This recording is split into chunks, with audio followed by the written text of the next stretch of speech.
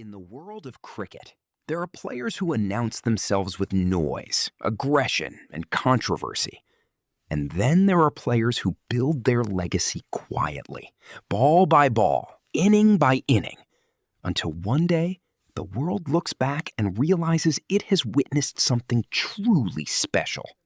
Ross Taylor belongs to the second kind, a man of calm presence, iron will, and unmatched consistency. Ross Taylor's journey is not just a cricket story.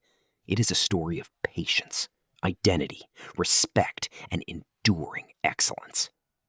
Born on 8 March 1984 in Lower Hutt, New Zealand, Ross Taylor grew up in a multicultural household.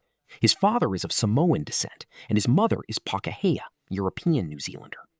This mixed heritage shaped his character early in life, giving him humility, strength, and a deep sense of pride in representing not just a country, but a community that had rarely seen itself reflected at the highest level of international cricket. From a young age, Ross Taylor was different. He wasn't the loudest kid in the room. He didn't chase attention. But when he held a bat in his hands, something changed. There was balance in his stance, timing in his shots, and clarity in his mind. Cricket wasn't just a game to him. It was a craft. Early cricket journey. Ross Taylor's early cricketing days were spent grinding through domestic cricket in New Zealand. He made his mark playing for Central Districts, where his consistency and temperament quickly set him apart. While others played flashy innings, Taylor played meaningful ones. He valued his wicket, respected the conditions, and learned to build innings brick by brick. In 2006, Ross Taylor made his international debut for New Zealand. At first, he was seen as just another talented batsman in a small cricketing nation. But those who watched closely knew there was something special brewing. He had the rare ability to adapt across formats, across conditions, across pressure situations. Rise to international stardom. Taylor's breakthrough moment came when he began scoring runs not just at home, but overseas. In an era dominated by power hitters and aggressive strike makers, Ross Taylor stood tall as a technically sound batsman who could still accelerate when needed. His signature pole shot, played with brute force and perfect timing, became one of the most feared shots in world cricket. As his career progressed, Taylor became the backbone of New Zealand's batting lineup. When early wickets fell, the team looked to him. When the match was on the line, they trusted him. He wasn't always the captain, but he was always the pillar. Leadership and challenges. Ross Taylor was appointed captain of New Zealand in 2010. While he carried the responsibility with dignity, his captaincy period was not easy. Internal team politics, leadership disagreements, and management conflicts placed him under immense mental pressure. Eventually, he stepped down from the role, a moment that could have broken a lesser player.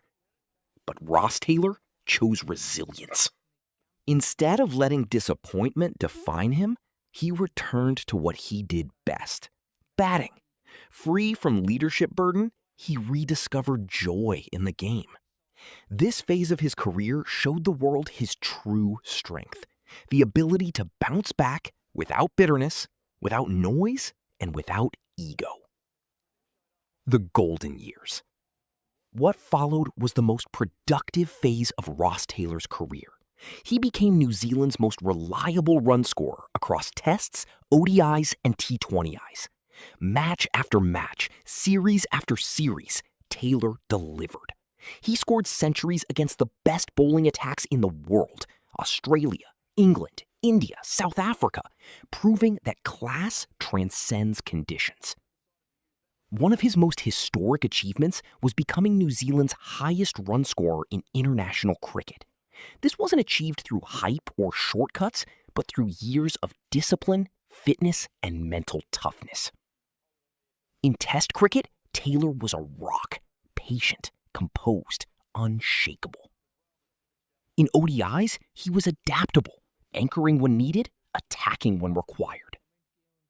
In T20s, he proved that experience could be just as deadly as raw power. Lifestyle and personality. Off the field, Ross Taylor is the embodiment of simplicity. He lives a quiet life, deeply connected to his family, culture, and faith. Unlike many modern athletes, he never chased fame.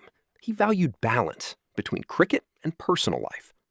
Taylor is known for his professionalism, early training sessions, strict fitness routines, and constant self-improvement.